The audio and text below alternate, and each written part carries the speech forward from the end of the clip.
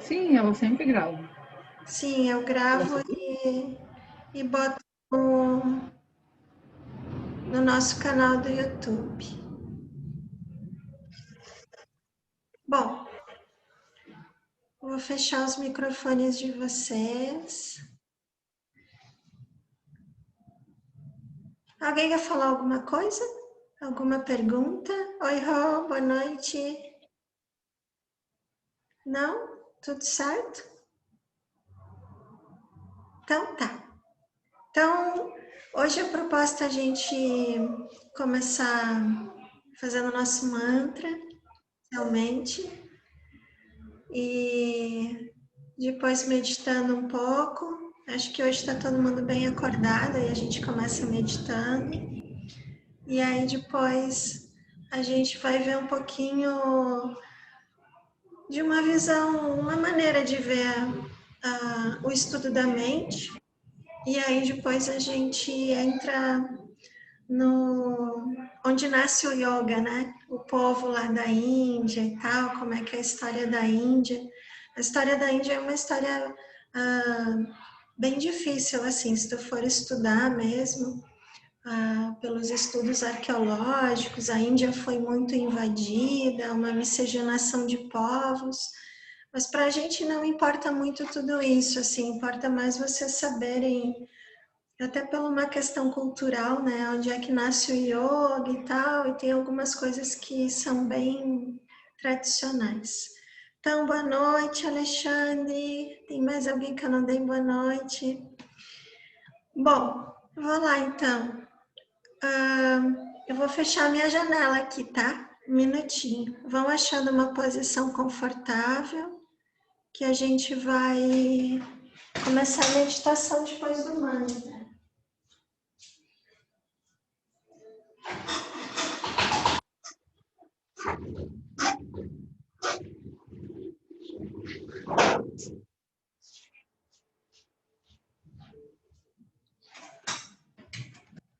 Pronto. Vou compartilhar aqui então o mantra. Então vai achando uma posiçãozinha que tu consiga ficar relaxado, relaxada. Não precisa ser nenhuma posição assim muito espetacular, ainda mais no final do dia, né? Pode ser uma posição bem tranquila.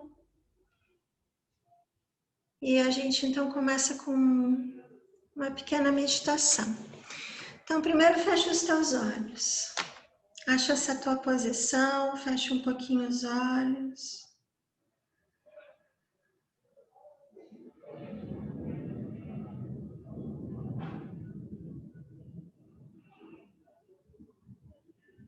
Começa a trazer a tua consciência, como a gente sempre faz, em inícios de prática, para a tua respiração.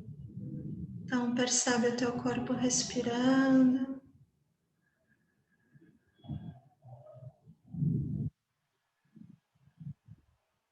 Percebe os movimentos da tua caixa torácica.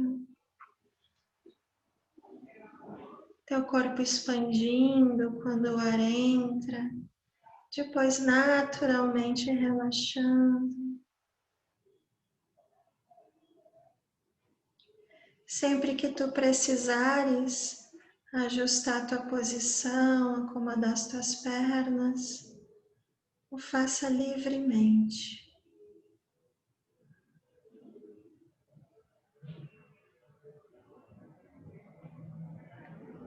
Então vai unindo palmas das mãos em frente ao peito. A gente começa fazendo o nosso sankalpa, que é a nossa motivação. Por que você está aqui, ou por que você pratica yoga. Quais são os teus objetivos e aspirações com a tua prática? Traz isso para a tua tela mental.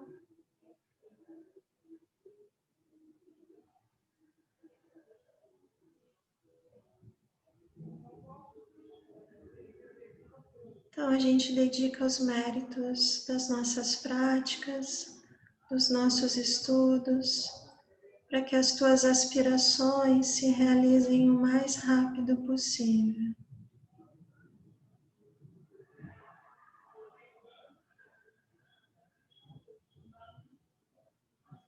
Então, para quem precisa, abre um pouquinho os olhos. Lembra que a gente repete pela tradição do yoga sempre 3 vezes o mantra.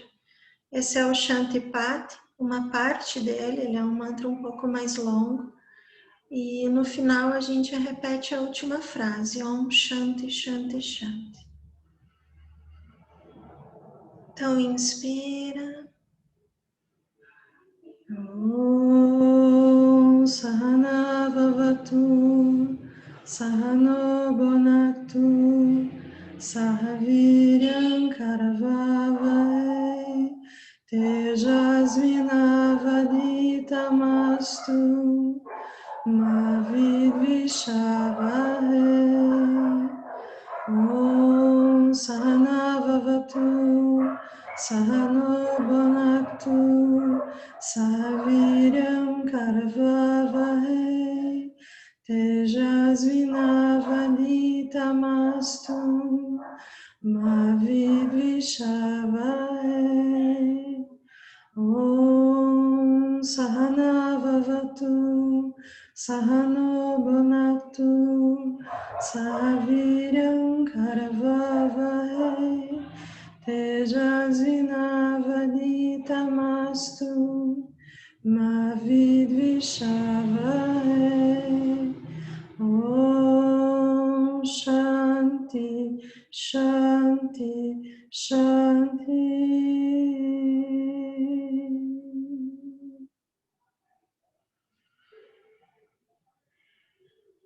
Então relaxa as tuas mãos, acomoda melhor o teu corpo se tu precisares. E a gente vai começar a nossa meditação. Começa fechando os olhos.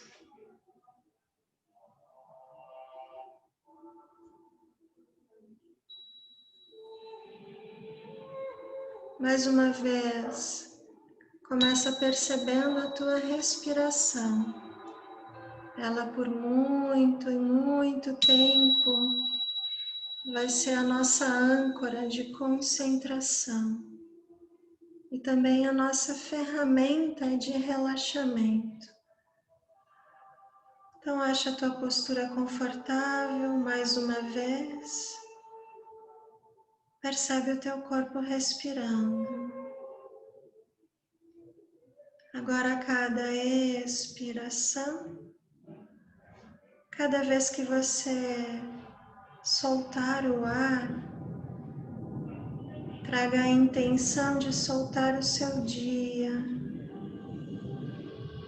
soltar tudo que você viveu até agora, como se você se permitisse entrar de férias durante o nosso encontro.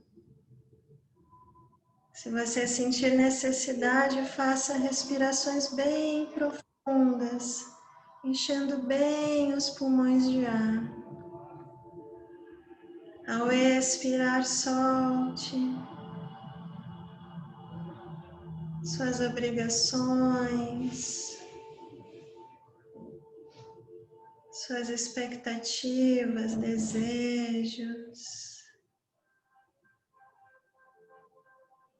A cada expiração, relaxa um pouco mais a tua mente conceitual, trazendo ela para um modo de mais percepção.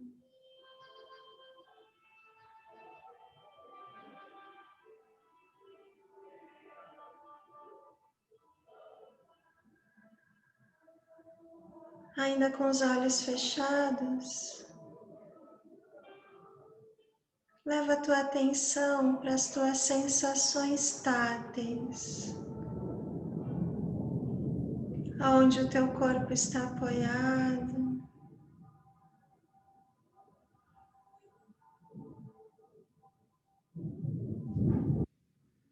aonde os teus pés estão apoiados.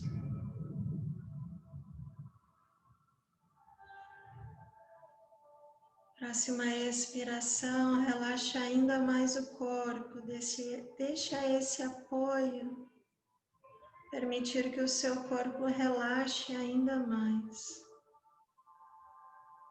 Mas você continua desperto, desperta.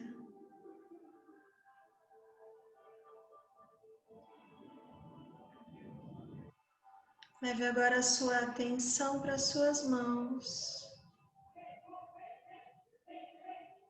Aonde as suas mãos estão pousadas. Deixe pelo menos as suas mãos imóveis durante a nossa meditação.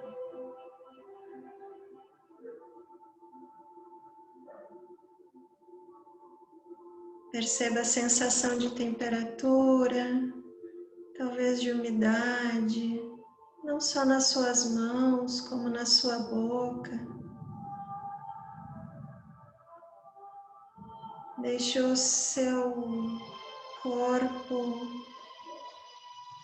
ser percebido,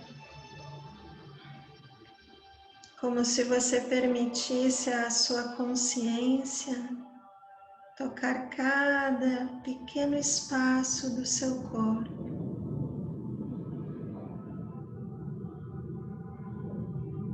E lembre-se sempre é possível relaxar um pouco mais.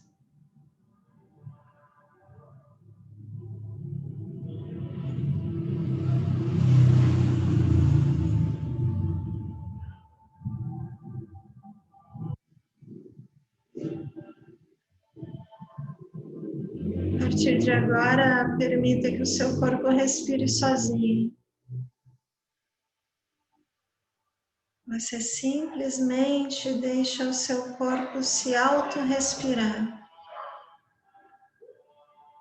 Se houver necessidade de respirações ainda profundas, o faça a qualquer momento.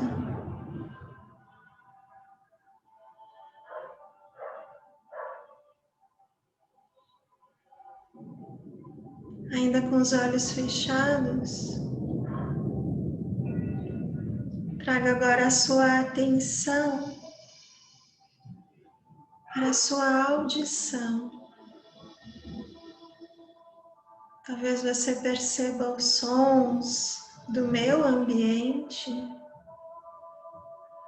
Talvez você perceba os sons do meu ambiente, do seu ambiente.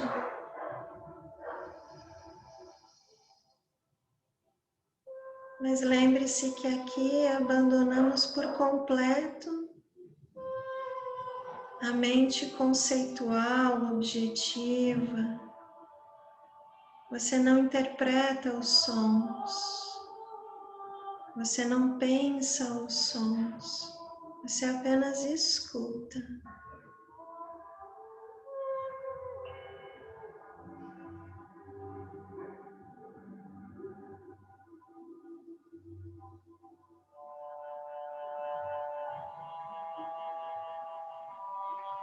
No que é ouvido, deixe apenas ser ouvido.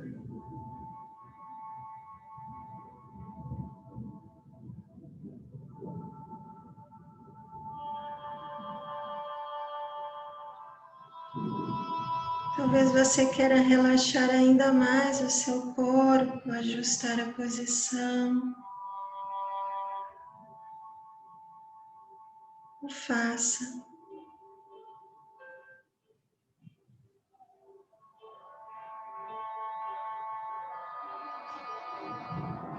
Agora traga a sua atenção para a sua mente.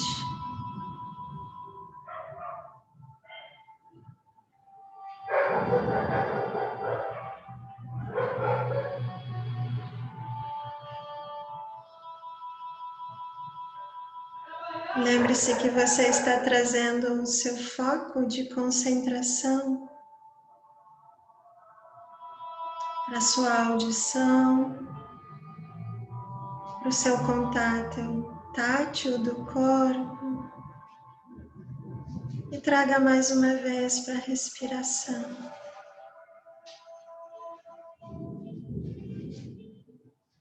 Você está se permitindo apenas estar presente,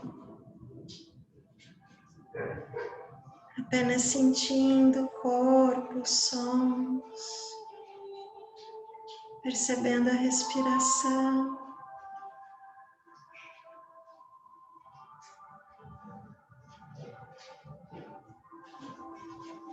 Talvez surja alguma memória à sua mente. Talvez pensamentos ainda surjam. Não há problema. Apenas deixe-os passar. E volte sua atenção para o corpo respirando.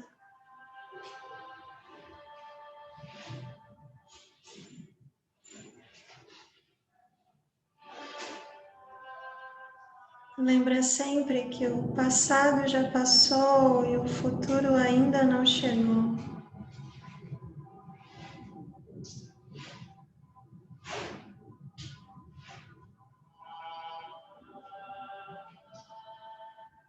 Abra espaço para que o seu corpo se autoequilibre. Quando a sua consciência repousa livremente, livre de conceitos, livre de memórias, livre de obrigações, livre de expectativas, apenas percebendo o seu corpo respirando.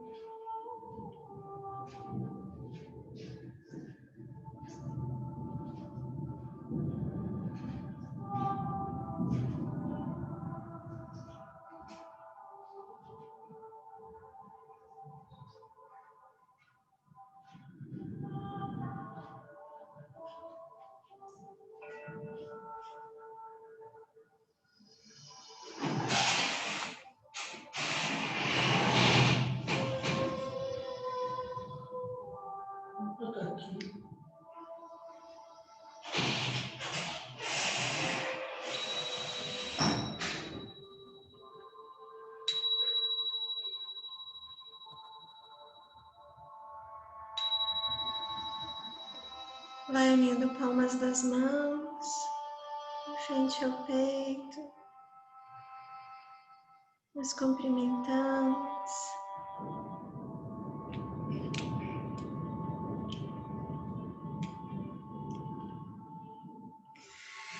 Então, boa noite de novo. Para quem eu não dei boa noite. Estão me ouvindo? Façam um sinal quando a minha internet trancar, que hoje ela não está santa. Tudo bem, Larissa? Então, sempre quando a gente entra, é minha aspiração pessoal que vocês aprendam a compartilhar meditações, né? Então, basicamente, começa a tentar montar na mente, né? Só quando a gente tem que facilitar para alguém, explicar para alguém, é que a gente vê se a gente realmente sabe como funciona. Basicamente, quando a gente quer fazer alguém relaxar e meditar um pouco, a gente quer que a pessoa desligue um pouco o funcionamento conceitual, objetivo da mente. Tá? Então, você tem que trazer, hoje eu trouxe sensações táteis. Então, primeiro a pessoa tem que achar um lugar confortável para o corpo. É fácil fazer ela sentir o corpo, onde o corpo está apoiado, sensações, né, táteis. Traz para os sentidos do corpo. Mesmo que o yoga vá dizer que a gente não é da pele para dentro, é interessante a gente ter uma âncora para essa consciência. Então, você traz a pessoa para dentro do corpo. A gente vai usar até o fim do caminho, até a iluminação, a a gente vai usar a respiração sempre como a âncora principal. Mas a gente tem outras, né? E aí você pode trazer a pessoa para os sons também, sem pensar, ai, a Carla tem cachorro. Eu não tenho cachorro em Porto Alegre, são os cachorros da minha vizinha. Ai, a Carla mora perto do aeroporto, passou um avião agora, não sei o quê. Não, isso é exatamente o que a gente não quer. A gente quer que a pessoa escute o som. Se tivesse um sino aqui, vocês já devem ter visto, muita gente faz assim, ó. Só mantenham a atenção até o fim do sino, ó.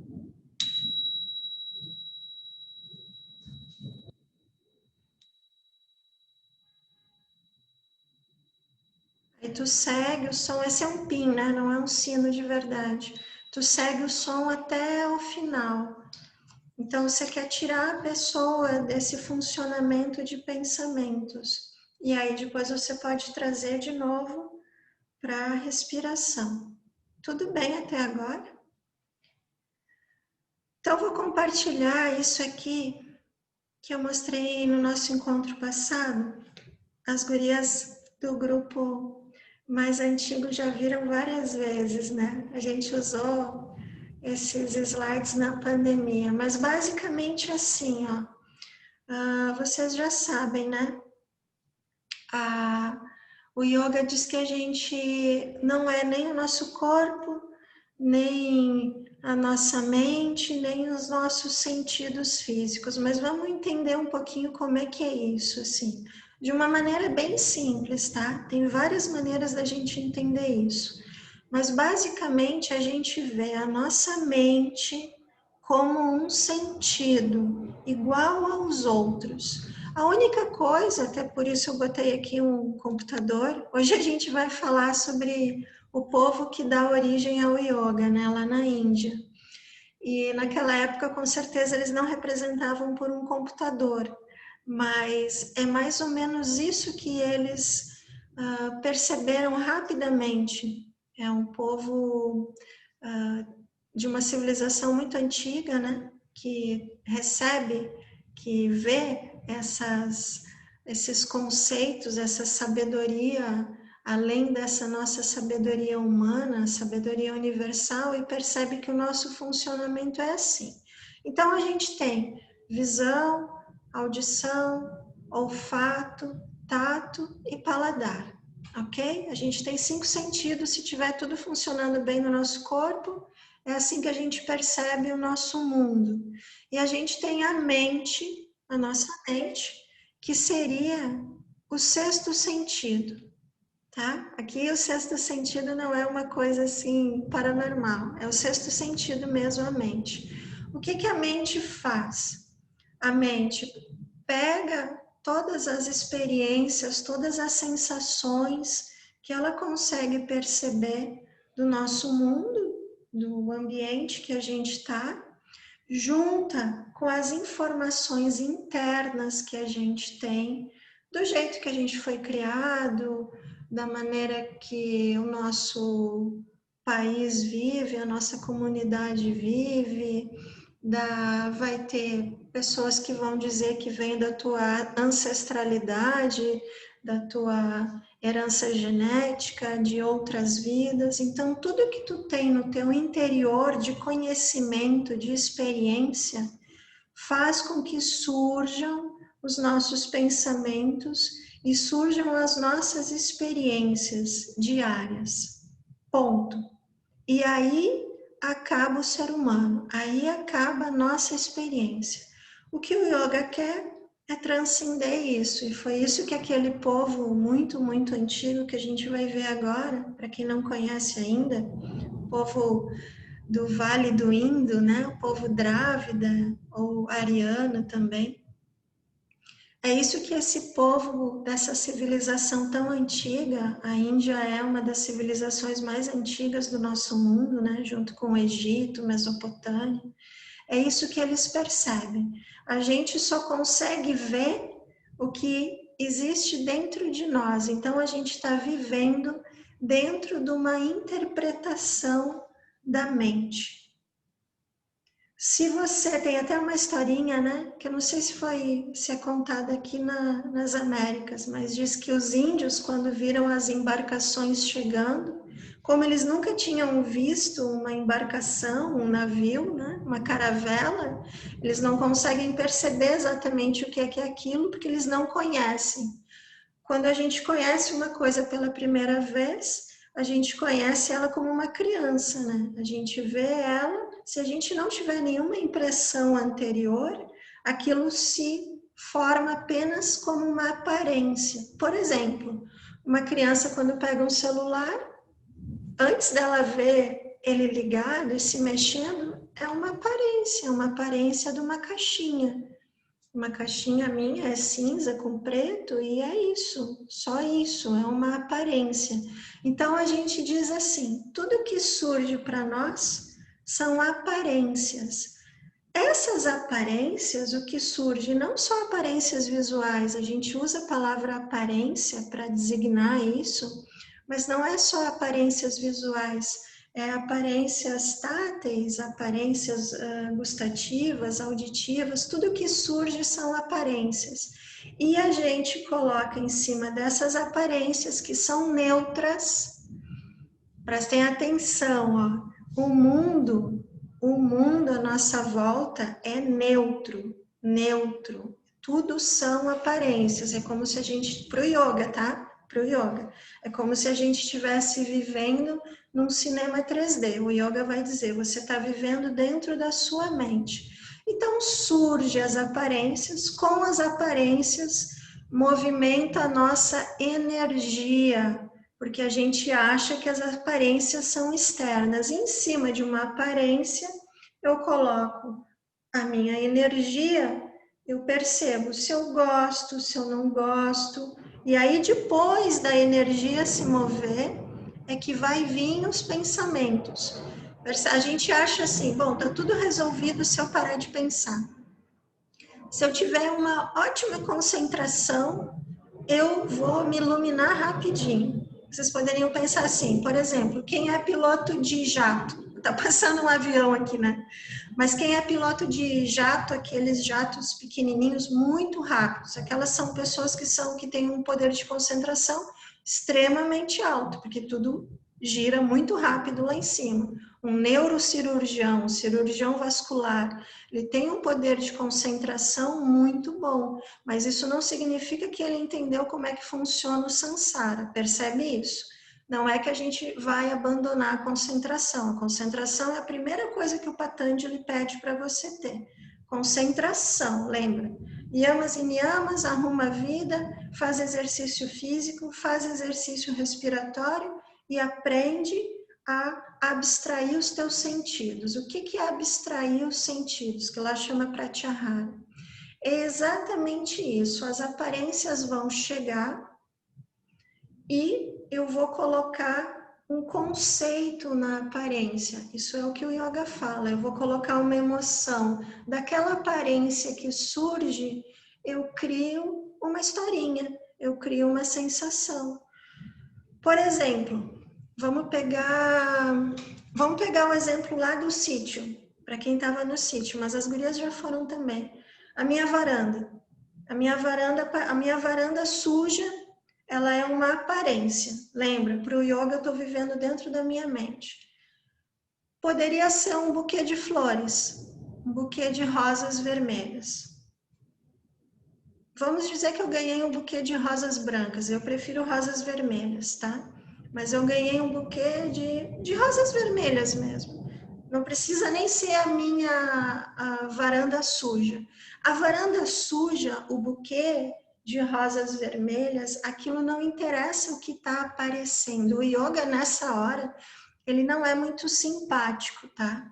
Ele não é nada simpático aqui agora. Mas a gente tem que ter um ensinamento que seja direto, porque ele vai te dizer assim, independente da aparência que surja, como eu estava num dia que eu estava incomodada, não sei muito bem porquê, agora mais adiante a gente vai ver algumas hipóteses, eu olhei a varanda suja e a minha energia entortou. Eu disse, que ruim, já fiquei de mau humor. Poderia ser um buquê de rosas. que eu olhasse e disse, só manda buquê quando esquece de me dar presente no Dia dos Namorados, né? Eu ia achar uma maneira de colocar aquele meu incômodo interno, eu tinha um incômodo interno que era independente da varanda suja ou do buquê de rosas, entende? As coisas são todas neutras, são só aparências, a gente é que vai jogando. Porque se eu chegasse de bom humor, feliz da vida, eu ia olhar a varanda suja e ia dizer, não, tá suja de novo? Enfim, vamos lá, vamos limpar. Essa é a visão do yoga. O que a gente faz na vida? O que a Lu me falou lá no sítio? Lembra quando a gente estava lá debaixo das árvores? Todo terapeuta, toda pessoa de bom coração vai fazer isso. Eu faço também. Você pega a pessoa, quando a pessoa está fixada numa ideia. Esse meu carro é ruim, não dá para vir para o sítio. Aí você pega e tenta tirar a pessoa daquela fixação, tenta fazer ela ver de um outro ponto, né? Não, mas olha só, o teu carro não é tão ruim, dá para ir para o sítio. Pensa bem, tu colocou pneu novo ano passado, então tá valendo, não sei o quê.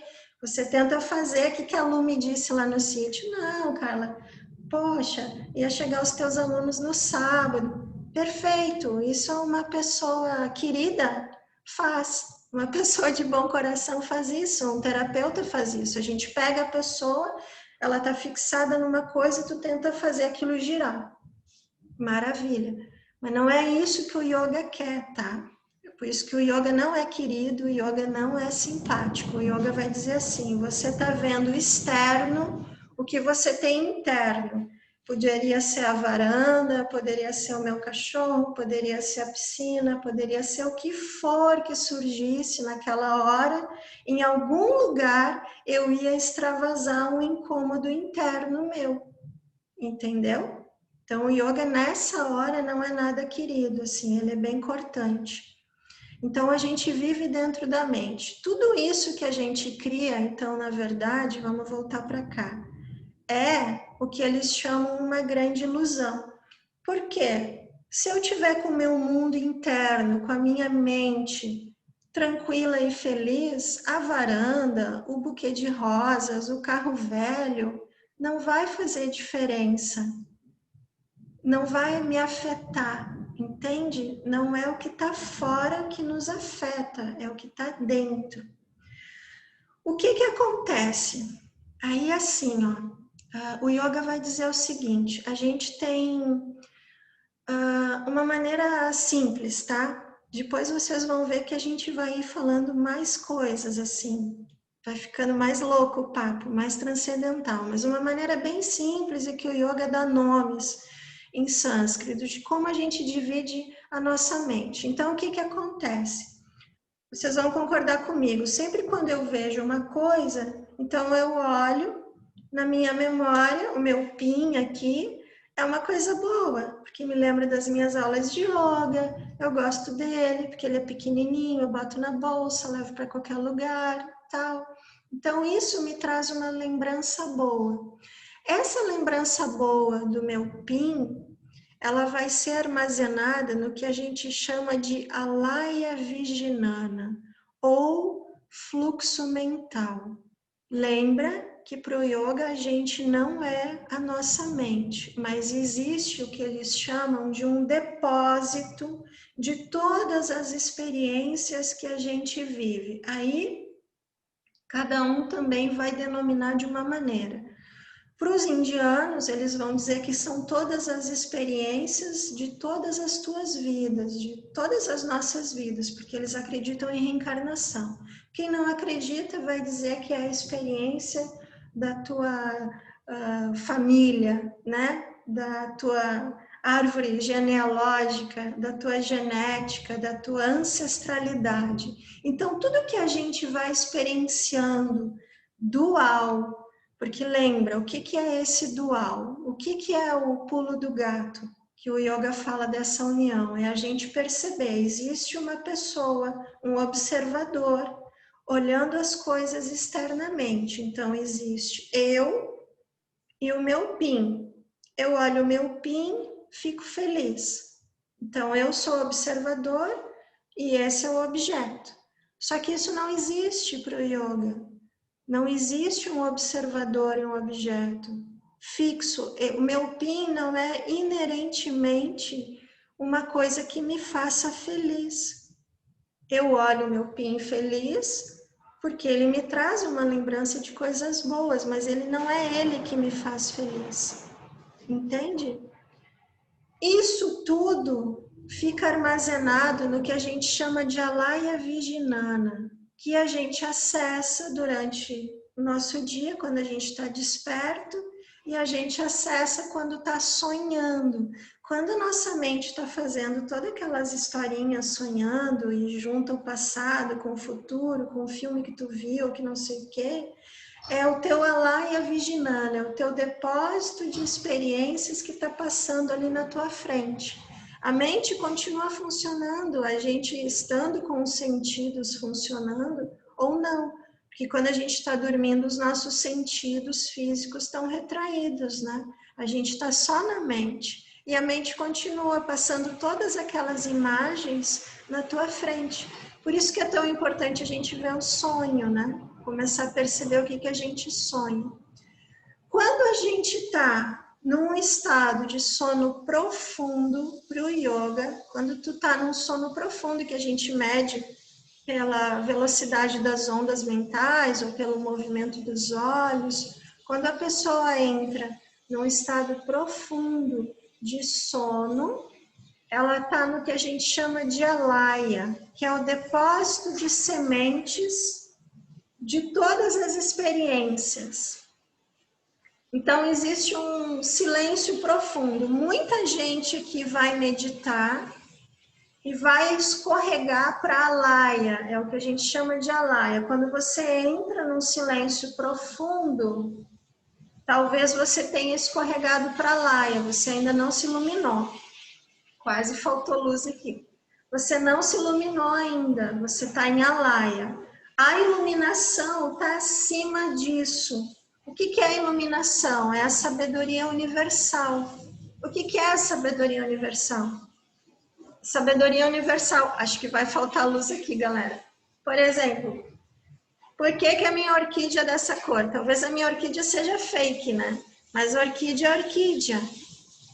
Então, não foi o ser humano que criou uma orquídea. Isso é uma sabedoria universal. Por que o meu cabelo é castanho?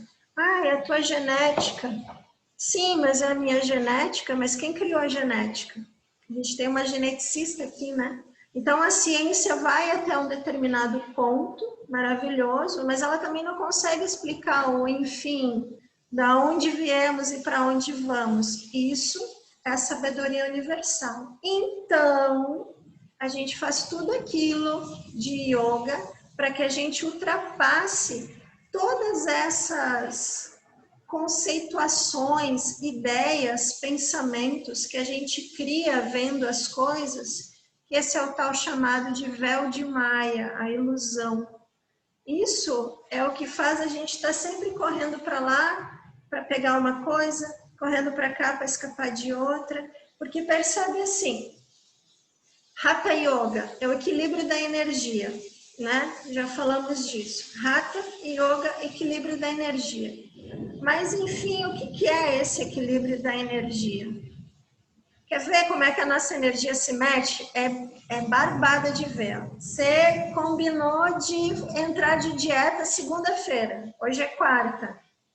Vamos entrar de dieta. Você sabe que você está com colesterol alto, que não pode mais comer chocolate, que não sei o que, o médico falou. Aí a gente não está na pandemia e tem uma festa de final de ano num restaurante que você adora. Amanhã. Você entrou segunda-feira de regime, de dieta.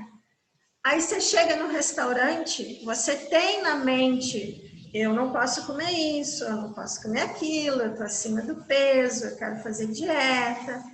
Mas surge alguma coisa no buffet que mexe com você, não é um pensamento, mexe com a energia, é um negócio que você fica assim, enche a boca de saliva e você tem no pensamento ali, não, eu não posso comer, tem um chato, uma chata dentro de você dizendo não coma, não coma, não coma, não coma, e você vai lá e serve, porque aquilo mexeu com a tua energia, percebe que tem que ficar esperto, não é tudo é pensamento, na verdade o que faz a confusão na real é energia.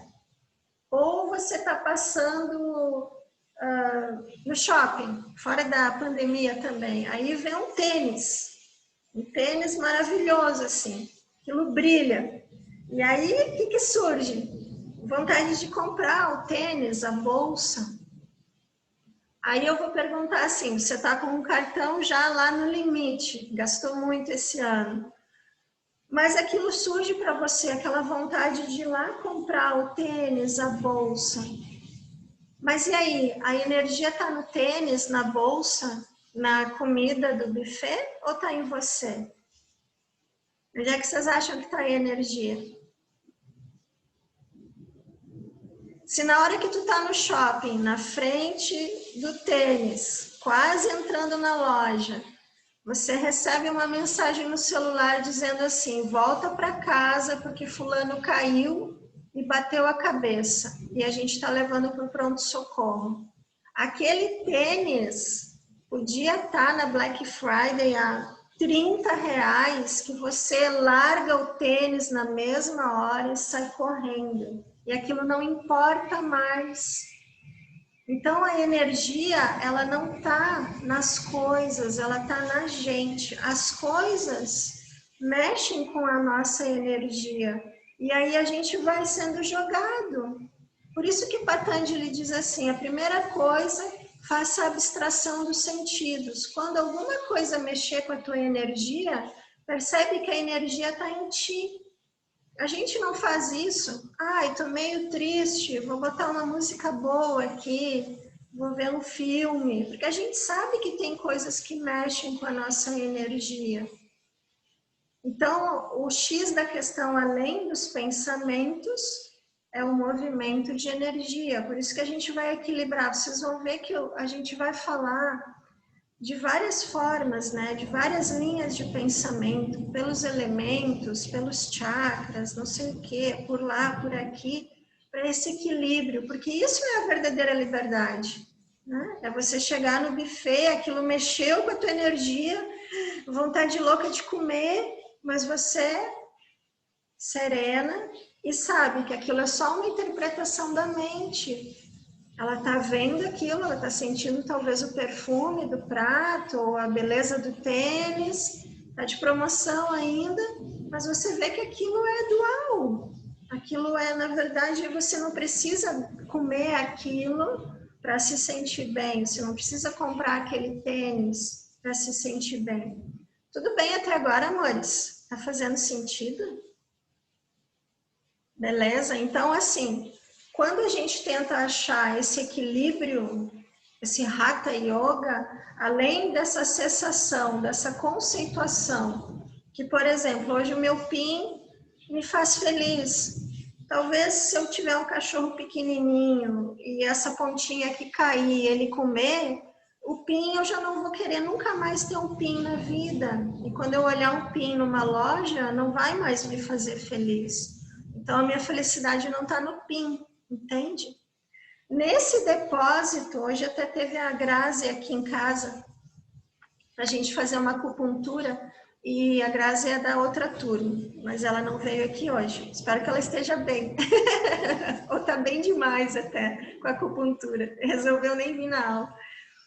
Quando a gente está passando por uma fase que está tudo bem, a gente estava conversando isso hoje, e aí do nada, ou você sente uma alegria muito grande, ou você sente uma tristeza, assim, sabe? Porque às vezes não tem nada acontecendo, é um pensamento, não tem nem pensamento, é só uma sensação.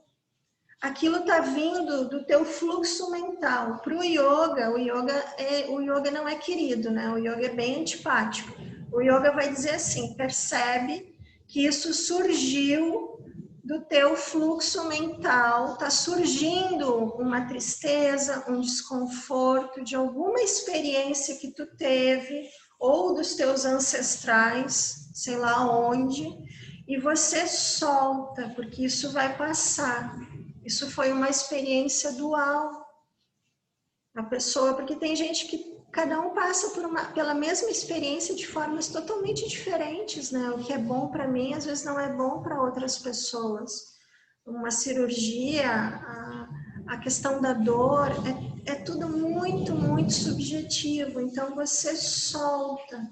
Você percebe que emergiu, a gente diz, surgiu uma memória do seu fluxo mental, do seu Alaya Vijnana, e que te trouxe uma sensação estranha. Um professor de yoga vai dizer assim: relaxa, respira, porque fora de qualquer conceito, de qualquer experiência, está a tua consciência. E a tua consciência não sofre com esse movimento de energia. A consciência está sempre equilibrada. O que sofre com o movimento de energia é essa interação com o mundo externo, quando a gente acha que o mundo é externo. Beleza, amores? Papo louco, né? Bom, a gente volta para isso outras horas, né? Vamos falar de outras coisas agora. Como é que surgiu o yoga? Então, na Índia, há um tempão atrás, muito, muito tempo, tinha um povo que já tinha essa noção. Eu tenho um professor de... Deixa eu diminuir um pouquinho o tamanho aqui. Eu tenho um professor de meditação e ele sempre diz assim: a gente não pode praticar como o pessoal praticava no Oriente, porque a gente está no Ocidente, a nossa vida é bem mais atribulada. Mas esse povo que vivia no que a gente chama de antiga Índia, era um povo que já tinha esses questionamentos que a gente tem até hoje. Tipo assim, da onde viemos, para onde vamos, como funcionamos. Esse povo vivia no que eles chamavam de antiga Índia. A Índia tem na apostila de vocês, tá? Isso que eu vou falar agora está na página 51. Um resumo. A Índia não era a Índia que a gente tem hoje. Era uma grande Índia, fazia parte Paquistão, Afeganistão, Nepal, Butão, Tibete, uma parte da China, tudo era a grande Índia.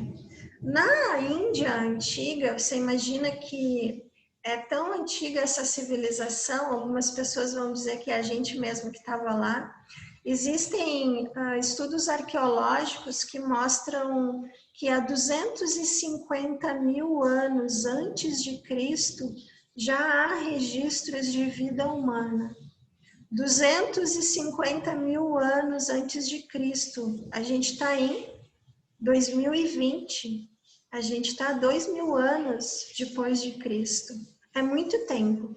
Antigamente, quando eu comecei a fazer yoga, o que chegava pra gente, não tinha internet, né? E livro era caro e vinha importado, né? Chegava muita confusão sobre a história da Índia. Hoje já não, tá? Hoje a gente já tem estudos arqueológicos sobre tudo isso. Eu pego de base esse livro aqui, ó. A Tradição do Yoga, de George Forenstein. Não indico para ninguém comprar, tá?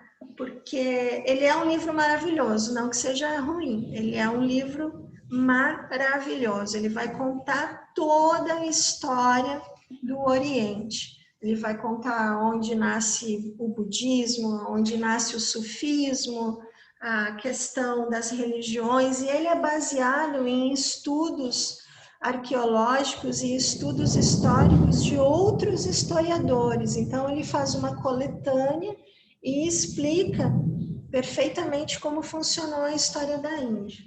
Então, existia um povo que há lembranças há estudos que mostram que há 250 mil anos antes de Cristo já vivia aqui na área, na Índia Central.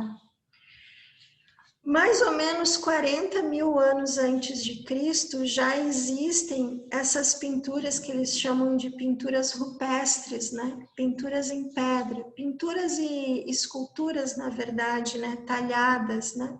Essa é a imagem de uma pintura na Índia Central, de 40 mil anos. E eu vou mostrar para vocês agora, que tem mais a ver com a gente, essa pintura aqui, ó. Que na verdade não é uma pintura, é um entalhe, né? Tá pequenininho aqui, né? Agora não vou conseguir aumentar. Essa é uma pintura que eles chamam o selo de Pashupati. Olha a posição que a figura está sentada. Posição de meditação. E ele tem ali em cima da cabeça uns chifres, né? Que não são exatamente uns chifres, mas seriam sinais de iluminação ou sinais de sabedoria. Então, ele era um povo que hoje a gente... Tudo bem até agora, Mois? Tudo certo? Então, esse povo que vivia na Índia nessa época já se fazia essas perguntas que a humanidade agora faz, né? Diariamente. Para onde vamos? Quem somos nós, né? Mas o que nos interessa mesmo da história da Índia é uma determinada civilização, um determinado povo, porque isso aqui, tudo que está aparecendo, tem um mapinha da Índia na apostila de vocês, isso aqui tudo era Índia, tá? Afeganistão, Paquistão, Nepal, aqui estaria o Tibete, que agora é China, esse é um mapa mais moderno, Butão, tudo aqui era Índia. Existia um povo, que é o povo que dá origem ao yoga, que vivia no que eles chamavam, aqui essa imagem ficou pequena, mas mais ou menos dá para ver que tem um vale aqui. Esse é o chamado do Vale do Rio Indo. Rio Indo e Rio Sarasvati. Existia uma civilização que vivia nessa área aqui, que hoje é Paquistão, tá? Não é nem Índia. Essa civilização, a civilização do Vale do Rio Indo, que na verdade ela margeava não exatamente o rio Indo, mas o rio Sarasvati, que hoje é um rio que secou, naquela época já secou. Essa civilização é que dá origem ao yoga. Uma civilização que mais ou menos há 5 mil anos antes de Cristo é extremamente desenvolvida. É uma civilização com água encanada, esgoto, comércio, metalurgia, artesanato. Isso é raro naquela época, tá? Aqui é um esboço de uma das cidades que se encontrou nas margens desse rio Sarasvati, né? Tem uma deusa chamada Sarasvati. Aqui é outro desenho dessa civilização, e aqui é fotos de um sítio arqueológico que existe ainda, né? Eles escavaram, bem conhecido lá, que é Mohenjo-Daro. Vocês vão ouvir falar muito de Mohenjo-Daro e Harapá, são sítios arqueológicos bem conhecidos na Índia, dessa civilização. Nessa civilização, mais ou menos há 3.000, tem alguns historiadores que falam de 3.000, tem outros que falam de 5.000 ou 10.000 anos antes de Cristo, começou a surgir essa sabedoria que a gente hoje chama de yoga. Só que naquela época não se chamava yoga, se chamava Veda, Rig Veda. Na verdade, a primeira coisa que surge é aquele ser lá que está entalhado em pedra, sentado, meditando por muito tempo, começa a se questionar e tentar entender como funcionamos. Diz que essa civilização foi uma civilização que acessou muito facilmente a sabedoria universal.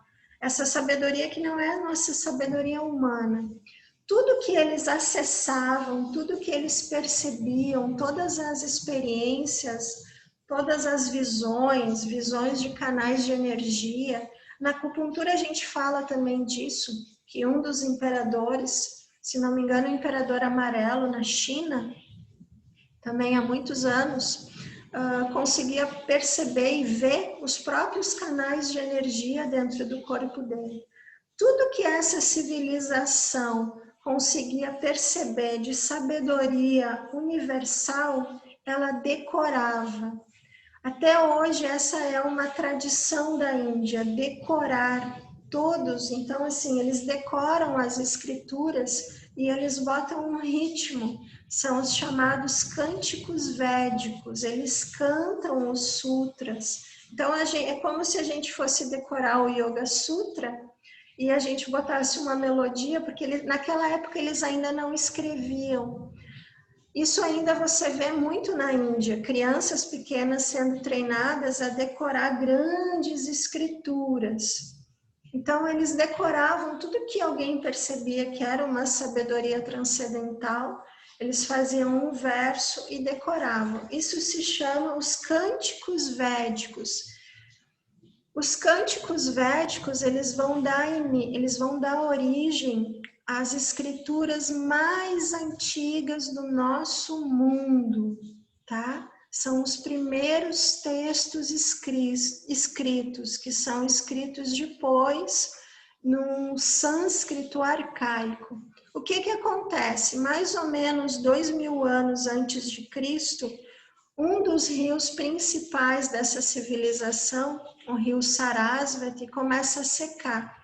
E esse povo todo começa a migrar para o rio Ganges, que todo mundo conhece. Então, nessa região aqui, que ainda existe um rio que chega ao mar, começa a descer um povo que é chamado um povo drávida, um povo de pele escura, como a gente vê os indianos, tá?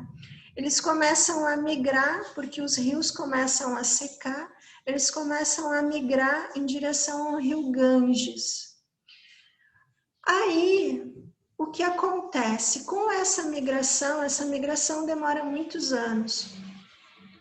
Há a união de dois povos que, na verdade, antigamente eles contavam uma história assim, que hoje os arqueólogos e historiadores dizem que não é verdadeiro. Quando há a seca desse rio, que é a seca de vários rios, esse povo começa a migrar para o rio Ganges, um povo de pele mais escura, como essa moça bonita aqui do PowerPoint, começa a migrar também para o rio Ganges, um outro povo de pele mais clara, que é o povo chamado Arya, povo ariano. Antigamente, eles contavam a história que esse povo ariano vinha das estepes da Rússia, porque olha o mapa, você tem a Índia, aí você tem Nepal, Tibete, China e Rússia, é longe, tá? Eles começaram a dizer que esse povo de pele mais clara vinha da Rússia, era um povo ainda mais desenvolvido que esse povo aqui debaixo dos Himalaias, e esse povo da Rússia que falava um sânscrito arcaico começa a se unir com esse povo de pele mais escura, os chamados Drávidas. Eles contavam a história que esse povo ariano, vindo da Rússia, da China, era um povo conquistador e que, na verdade, conquista e quase acaba com esse povo drávida. Hoje a gente sabe que isso não é verdade. Esse povo, ele não vem lá da Rússia, ele vem aqui dos Himalaias, mas do sul dos Himalaias. E esses povos se unem. Quando esses povos se unem perto do Ganges, esse povo de pele mais clara já tinha desenvolvido a escrita. E aí surge a escritura mais antiga do mundo, que são os chamados Vedas, tá? Vedas é aquilo, a tradução de Vedas é aquilo que é visto. Então eles vão dizer assim: aquilo que é visto é escrito num sânscrito muito antigo, não é o sânscrito de hoje, que dá origem aos livros dos Vedas, que depois vai dar origem ao Vedanta. Nisso vai acontecer mais algumas outras coisinhas que vai ficar para os próximos capítulos da aula de história, mas nisso começa a surgir a sabedoria mais antiga transcendental. A Índia, ela vai ter 6 linhas de pensamento, tá? Depois a gente vai ver ali bem rapidinho.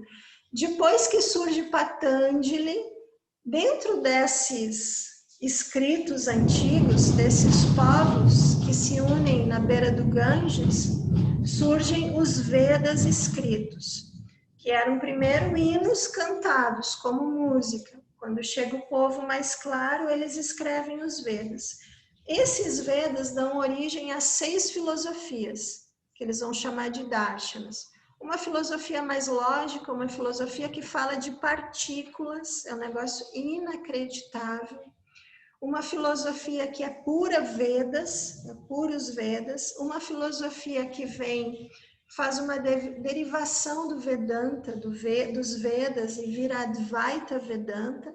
Uma filosofia mais naturalista, que se chama Samkhya, e a última filosofia aceita pela Índia como filosofia transcendental é o Yoga. O Yoga só é aceito como filosofia transcendental quando Patanjali escreve o Yoga Sutra. Até então, o Yoga estava tudo misturado dentro dos Vedas. Então, tinha Vedas que falavam de canais de energia, Vedas que falavam de meditação, Patanjali, que não se sabe se foi uma pessoa ou se foi um grupo de sábios, se debruça sobre aquilo e diz, vamos montar um caminho prático, de práticas, que a gente consiga acessar essa sabedoria universal. E ele reúne dentro de todo aquele conhecimento, ele sucintamente faz o Yoga Sutra. O Yoga Sutra é uma escritura, tu imagina, os Vedas é uma escritura gigantesca, né? O Yoga Sutra tem 196 frases, só. 196 frases e deu, ali acabou, por isso que o pessoal decora, tá? 196 frases. Até vou mostrar aqui para vocês. Vamos terminar aqui, que aí a gente já mata. Depois a gente volta aqui para essa parte aqui. Alguém já deve ter ouvido falar de Bhagavad Gita, Mahabharata. No próximo encontro a gente fala rapidinho disso, que é bem legal. Então aqui, 200 anos antes de Cristo, tá? Surge Patanjali, que a gente não sabe muito bem. Essa é a representação mais conhecida de Patanjali. Quando a gente for estudar mantras, aí a gente fala sobre a explicação de Patanjali ser uma cobra e tal, isso tudo são alegorias. Essas aqui são as filosofias que a Índia cria, daquela filosofia que nasceu lá naquela civilização, no Vale do Rio Indo, pertinho dos Himalaias. Então, ela tem essa filosofia que é Nyaya. Essa é uma filosofia lógica, é muito interessante, galera. Ela diz assim, que é o que a física diz hoje. Nada é, na verdade, exatamente o que você percebe. Por quê? Porque numa experiência científica, quando você faz uma medição de uma experiência científica, o que, na verdade, dá os resultados é o aparelho de medição. Isso significa o quê? Trazendo para o nosso dia a dia. Eu vou medir o tamanho da minha sala aqui, tá? Porque eu vou botar uma cortina. Então, eu vou medir aqui o tamanho da janela. Mas vamos dizer que eu vou medir toda a sala que eu estou reconfigurando aqui, a minha sala de atendimentos. Se eu medir com a trena de costura que eu tenho, que por sinal eu costuro muito mal, viu? Mas eu tenho uma daquelas treninhas antigas, que eu acho que até era da minha avó. Se eu medir com a minha trena, vai dar uma medição. Se eu medir com aquela trena de arquiteto de luz, vai dar uma outra medição. Então, na verdade, dependendo do aparelho de medição, dos sentidos que estão percebendo, é igual aquela história que vocês falaram do cada um pegando um pedaço do elefante, né? Então, cada um vai dizer uma coisa, isso é Nyaya. A gente tem Vaisheshika, que vai falar de que tudo, isso percebe que é uma filosofia tão antiga quanto o yoga, que vai falar que tudo é resumido em pequenas partículas, só que naquela época eles não tinham microscópio, mas eles já chegam a essa conclusão. A gente vai ter o Vedanta mais puro, que depois é comentado e explicado em livros que são chamados de Upanishads. Vocês vão ver que tem Upanishads sobre yoga, vocês vão escutar isso também. Tem curso de Upanishad, não sei das quantas, com fulano de tal. Vocês vão ver que o pessoal começa a citar da onde vêm os ensinamentos. A gente tem uma derivação daquele primeiro ensinamento, esse Vedanta, aquela primeira escritura, os Vedas, que é Mimamsa, que é da onde vem o que a gente chama Advaita Vedanta, já vou explicar. E a gente tem o Samkhya, que é da onde Patanjali vem, porque olha só, existe o Vedanta vem cheio de historinhas. Por que até o próprio Vedanta se separa? Porque eles querem ter a energia do movimento, por exemplo, a energia do bem-estar, sabe essa energia de vitalidade? No Vedanta é representado por Hanuman, que é um macaco. Hanuman, tem escola de yoga chamado Hanuman. Então, tudo tem uma representação antropomórfica daquilo, tá? A gente representa de alguma maneira. Por exemplo, Ganesha, que é aquele elefante, aquele ser com cabeça de elefante, que é o que tira os obstáculos do caminho. Isso é Vedanta. O Advaita Vedanta é igual ao Yoga, ou bem parecido. Não é uma coisa externa. Eu não rezo para o Ganesha tirar os obstáculos da minha vida.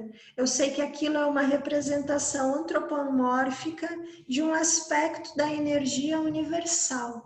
O Advaita Vedanta é muito legal também. O Vedanta também é. Se o Vedanta, tu tem que ter essa linha de gostar de acreditar que as coisas estão meio separadas de ti. Então, tu vai rezar para fulano, pedir para ciclano. Não é que a gente não faça isso ainda, a gente também faz, se é do teu coração. Mas a gente sabe que, na verdade, a gente está trazendo um aspecto de energia de uma determinada maneira. Só que o Patanjali, ele se baseia numa outra filosofia ainda mais naturalista. O Patanjali, porque se vocês pegarem o Yoga Sutra ali do início da apostila de vocês não vão encontrar Ganesha, vocês não vão encontrar Sarasvati, vocês não vão encontrar Shiva, que é o primeiro yogi. Por sinal, vou mostrar o meu Shiva aqui, ó. Esse aqui é o primeiro yogi. Ele dança dentro de um círculo de fogo. Esse círculo de fogo representa o ritmo do universo e ele aqui pisa em cima da ignorância. Então, esse é o primeiro yogi. Não tem Shiva no Yoga Sutra, porque Patanjali não é muito simpático também, tá? Patanjali vem de uma outra filosofia, que é o que a gente chama de uma filosofia naturalista, que é a Samkhya. Só existe consciência e só existe as coisas manifestadas. Purusha e Prakti. Não se assustem com os nomes, tá? Eu falo os nomes só para vocês começarem a perceber quem não tem mais intimidade com o sânscrito, né? Então, só existe. Para Patanjali é isso. Existe uma consciência que no Vedanta vocês vão escutar Atman. Tem até as gurias até já foram embora, já abandonaram a aula. Mas tem até as meninas que aqui do curso que criaram um espaço que é Atman, né? Então, assim, para Vedanta tem Atman, é a mesma coisa, mas essa visão naturalista, ela é mais seca. Não tem deidade, não tem imagem antropomórfica de nada. É assim, é a consciência universal que fazemos parte e as coisas manifestadas, então as aparências. Por isso que Patanjali é tão seco nas explicações dele. Ele simplesmente diz assim, você está manifestando todo o seu mundo, todo o seu universo e não percebe isso. É só você voltar para a origem e perceber que na origem, na consciência, livre de conceitos, livre de movimento de energia, livre de memórias, de expectativas, ali você vai encontrar paz e vai realmente perceber o que é a realidade, que é, na verdade, a nossa mente, né? Tudo bem, amores? Falei pra caramba. Alguém quer falar alguma coisa? Muito horrível. Fala, fala. Quer falar, Xande? Abre teu... Essa última parte que você falou de ele ser seco e ter isso aí, tem a ver com desapego? Tu vai ter que falar mais perto, Xande.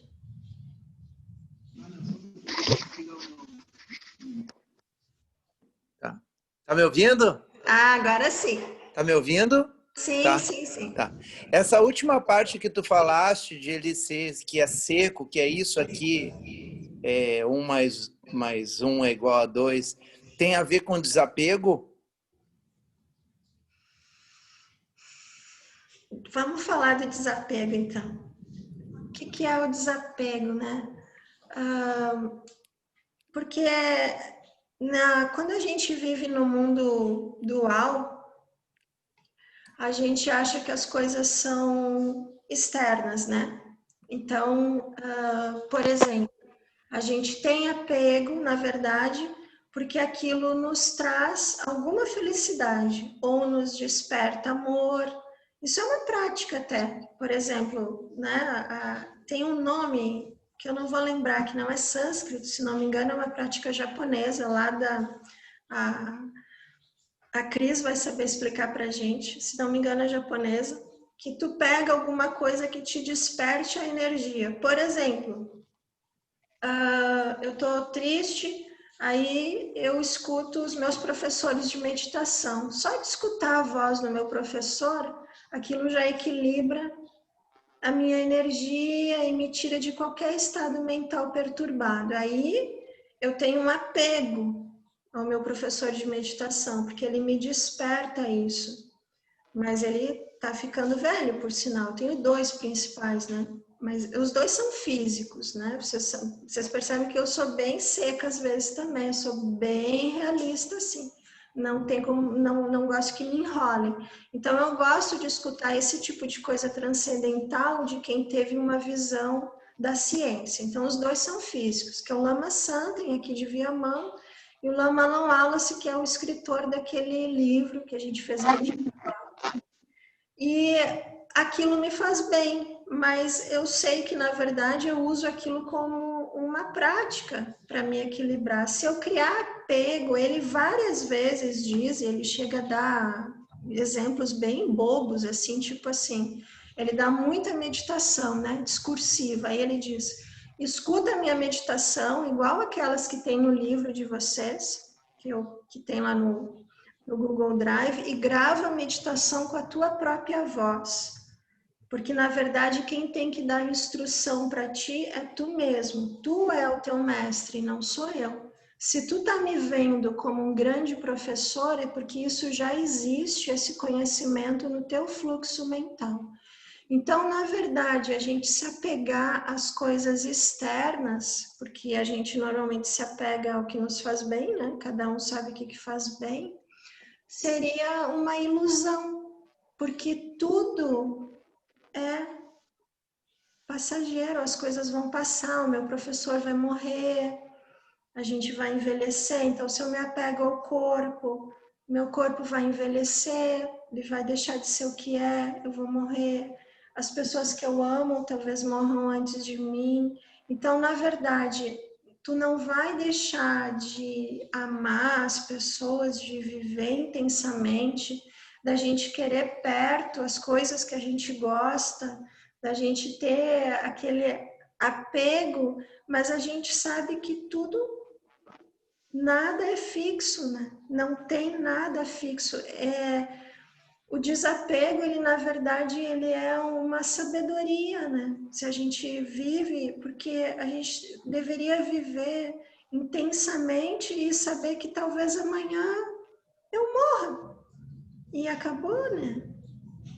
Talvez alguém de vocês aqui morra. Hoje eu ainda falei isso com uma amiga, né? Que veio aqui se tratar comigo. Eu digo, mas e se tu morrer antes do Natal? A gente não sabe se vai estar aí amanhã. Por que então tu não vai lá fazer o negócio que tu quer fazer, né? Vai com cuidados, que a gente precisa agora cada vez mais por causa da pandemia, mas é isso, é esse apego que a gente cria um apego a tudo é transitório, né? Não tem nada, tu pode dizer o que for, nem o planeta, até o planeta a gente está conseguindo destruir, né? Não tem nada que seja fixo, né? Então, quando a gente se apega, uma coisa é a gente amar, uma coisa é a gente gostar, uma coisa é a gente querer ter, uma coisa é a gente querer experienciar. Mas eu me lembro que logo que eu comecei a praticar, né, eu me mudei aqui para a casa dos meus pais, porque meus pais estão ficando velhinhos, e a minha filha já morava aqui, porque estava na faculdade, e eu vim morar aqui. E aí eu me lembro que eu instalei um chuveiro no meu quarto, né? E o chuveiro ficou muito bom, sabe, no inverno. E eu digo, cara, eu vou me apegar nesse chuveiro, que o dia que esse chuveiro queimar, eu não achar esse chuveiro elétrico bom desse jeito, eu vou ficar muito triste. Então, tem coisas que a gente já brinca, sabendo que a gente vai sofrer quando passar, mas tu não vai deixar de brincar, né? Tipo, enfim, eu não vou deixar de querer a minha filha, as pessoas que eu amo perto de mim, porque aquilo é um apego. A gente sabe que é apego, ainda estamos no mundo dual. Mas a sabedoria é tu começar a, pelo menos, treinar hipoteticamente que aquilo vai passar também, né? Serviu para alguma coisa? Não sei, alguém mais quer falar alguma coisa sobre isso?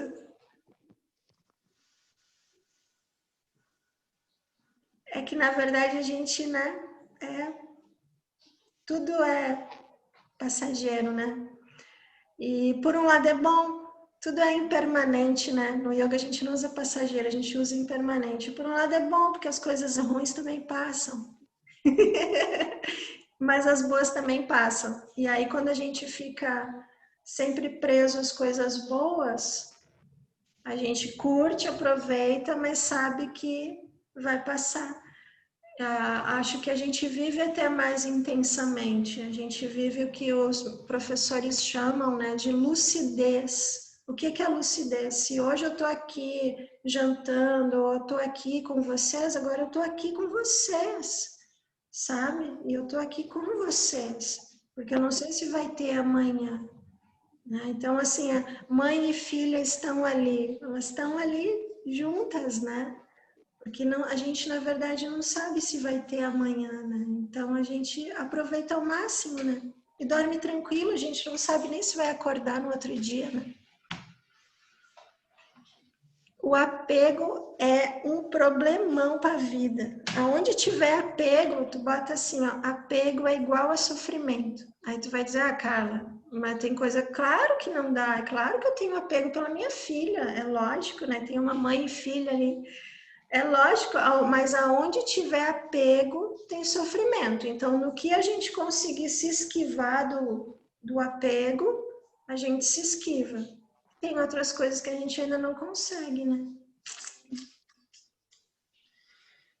Você viu? Então tá, né, amores? Vamos dedicar 9h20 já. Espero que tenha servido. Vocês vão cansar de escutar eu falando não mais da história da Índia, que eu dou essa aula uma vez só na vida aqui, assim. Não é fácil, vocês viram o tamanho do livro, né? Eu passei muito tempo lendo esse livro aqui, não quero ler de novo. Mas essas questões da mente a gente vai aprofundando e percebe que não é só pensamento que nos carrega, é a energia. No nosso próximo encontro, a gente já vai fazer práticas sutis de equilíbrio da energia. Essa semana, minha sugestão, vou botar lá no WhatsApp uma leitura, que é o Legado de Krishnamacharya, mas aí eu vou mandar a página, que é a página 39, tá? E vocês vão ter um tema de casa para o nosso próximo encontro. Acho que só ficou o pessoal do grupo novo. Tirando a Suzane, né, Suzane? Suzane é a brasileira mais francesa que faz parte do nosso grupo. Suzane é uma linda professora, tá ali em cima no vídeo. Uma linda professora que fez curso na Índia, minha amiga do coração, francesa, mas fala português fluentemente.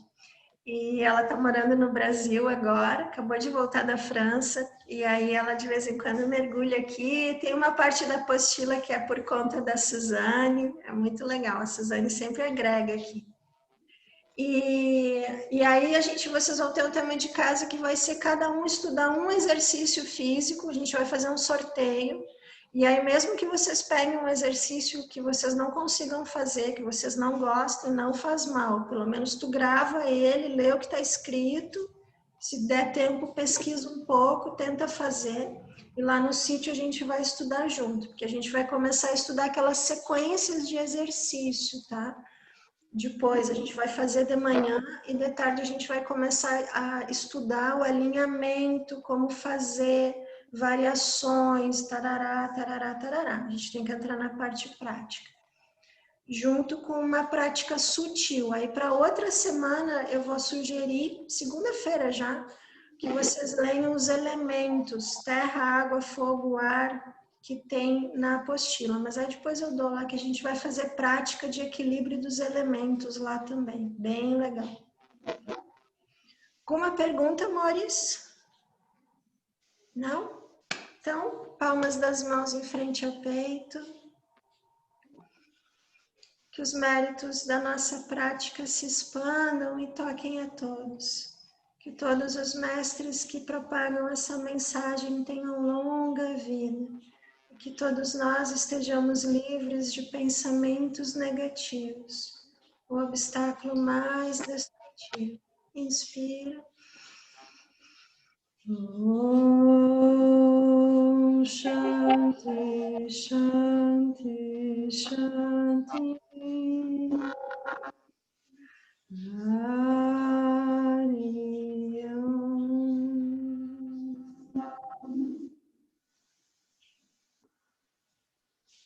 Obrigado, amores. Então, eu passo os temas, passo as páginas. Se cuidem nessa pandemia, tá bom? Qualquer coisa é só me chamar. Beijo, Suzane. Beijo, beijo todos. Obrigada, amores.